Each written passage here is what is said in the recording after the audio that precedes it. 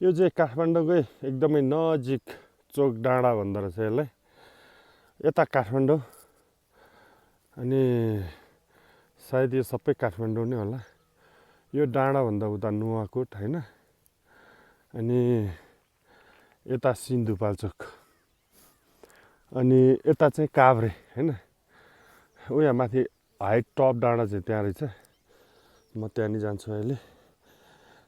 खास यो भिडियो बनाउनुको चाहिँ मेन उद्देश्य चाहिँ म पारी त्यो 3-4वटा बत्ती एकै ठाउँ बलिरहेछ नि, त्यहाँ पाहुना आएको थिएँ। त्यहाँ पाहुना आउँदाखेरि चाहिँ त्यो डाँडा त रमाइलो छ, त्यो डाँडाबाट काठमाडौँ, नुवाकोट, सिन्धुपाल्चोक, काभ्रे सब देख्छ भनेर लगाइदियो। अनि म आज चाहिँ उठ्नु बित्तिकै मर्निङ वक गएको। त्यो चाहिँ एसियाको सबैभन्दा ठुलो गुम्बा भन्दैछ अरे त्यहाँ। म चाहिँ अब माथिबाट अर्को भिडियो बनाउँछु है त तपाईँहरूलाई। यो काठमाडौँपट्टिबाट खिचिएको दृश्य हो होइन। यति ठुलो छ कि यति ठुलो छ कि यो चौर होइन, बडो चौर छ क्या। गाडीहरू नि यहीँ आउँदो रहेछ। म त यहाँ के महसब सहसब चलाएछु क्यारे भनेको, फिल्मको सुटिङ गर्दो रहेछ। हिजोदेखि ट्याङ ट्याङ बजाएको सुनेको थिएँ। उहाँ लिङ्गा पिङ थापेर होइन, स्टलहरू बनाएर यो फिल्म सुटिङ गर्ने टोली रहेछ। ल हेर्नु त, अघि मैले एसियाकै ठुलो गुम्बा भनेको थिएँ नि, त्यहाँ सबै जिल्लादेखि कतिवटा जिल्ला, काभ्रे, यता काभ्रे भइहाल्यो होइन, यता सिन्धुपाल्चोक भइहाल्यो, अनि यता नुवाकोट, यो काठमाडौँ, नुवाकोट, सिन्धुपाल्चोक, काभ्रे, 4-5वटा जिल्ला चाहिँ देख्दो रहेछ यो चौरबाट। यस्तो दामी चौर रहेछ। ल काठमाडौँबाट एकदमै नजिक। काठमाडौँबाट साँखु आयो होइन, साँखुबाट अब जर्सिङ पवा भन्ने यही तल हो, यो तल भन्ज्याङ हो। त्यो जर्सिङ पवाबाट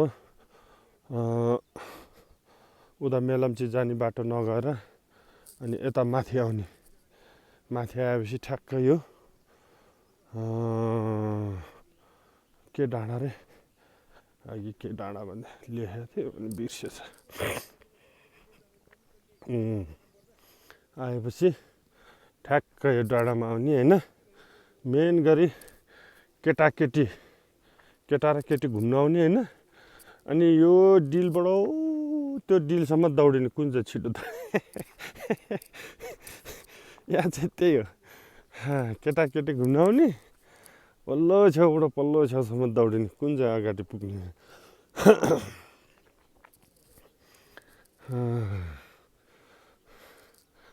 मलाई सुटिङ टोलीहरू रहेछ। यो चाहिँ के बनायो, यो टोयलेट सलेट बनायो हो कि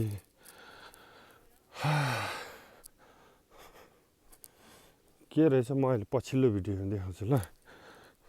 खास गरी घुम्न आउनु लागि पनि जर्सिङ पवाबाट त धेरै नजिक पर्ने रहेछ। यो बाटो चाहिँ थाहा थिएन मलाई होइन। जर्सिङ पवाबाट अलि माथि आएर अनि आउने बाटो होला यो। म चाहिँ खास पैदल आएको होइन। यो बाटो आयो भने चाहिँ ठ्याक्कै यही चौरमा आइपुग्दो रहेछ। ल जर्सिङ पवाबाट माथि लाग्ने होला। तर एउटा विडम्बनाको कुरो चाहिँ म 2 दिन बस्यो यहाँ होइन। 2 दिनमा यस्तो डुम्म भयो कि एकदम हुस लाग्यो, उग्रेन। यो साइड छ नि, यो साइड गणेश हिमाल, माछापुच्छ्रे के भन्ने हिमाल पुरै टन्नै यो रिङ्गै हिमाल छ क्या।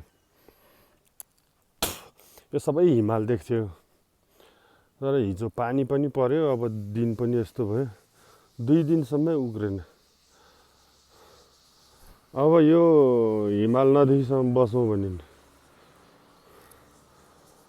के बस्नु होइन। आज त काठमाडौँ फर्किन्छु, तर 2 दिन बस्दा पनि यो हिमालहरू चाहिँ खुलेन।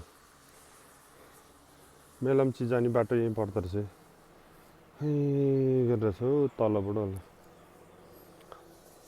जस एकदमै नजिक पर्दो रहेछ यो डाँडा चाहिँ मैले अघि पनि भने यो डाँडामा घुम्न आउने केटाकेटी चाहिँ हैन यो डाँडाबाट दुईजना कुदेर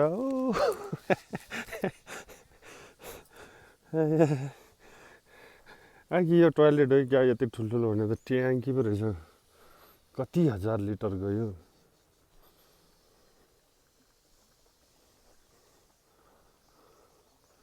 1 2 3 4 चारवटा जिरो भएको कति हजार हुन्छ हौ साथी त्यति हजार लिटरको रहेछ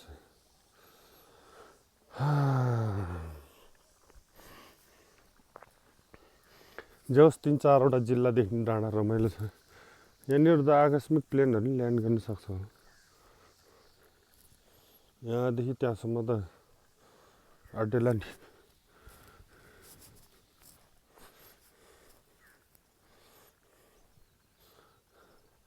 यता काठमाडौँ भइहाल्यो हैन यो सबै काभ्रे हो यता सिन्धुपाल्चोक यो हिमाल देख्ने ठाउँ यता नुवाकोट काठमाडौँ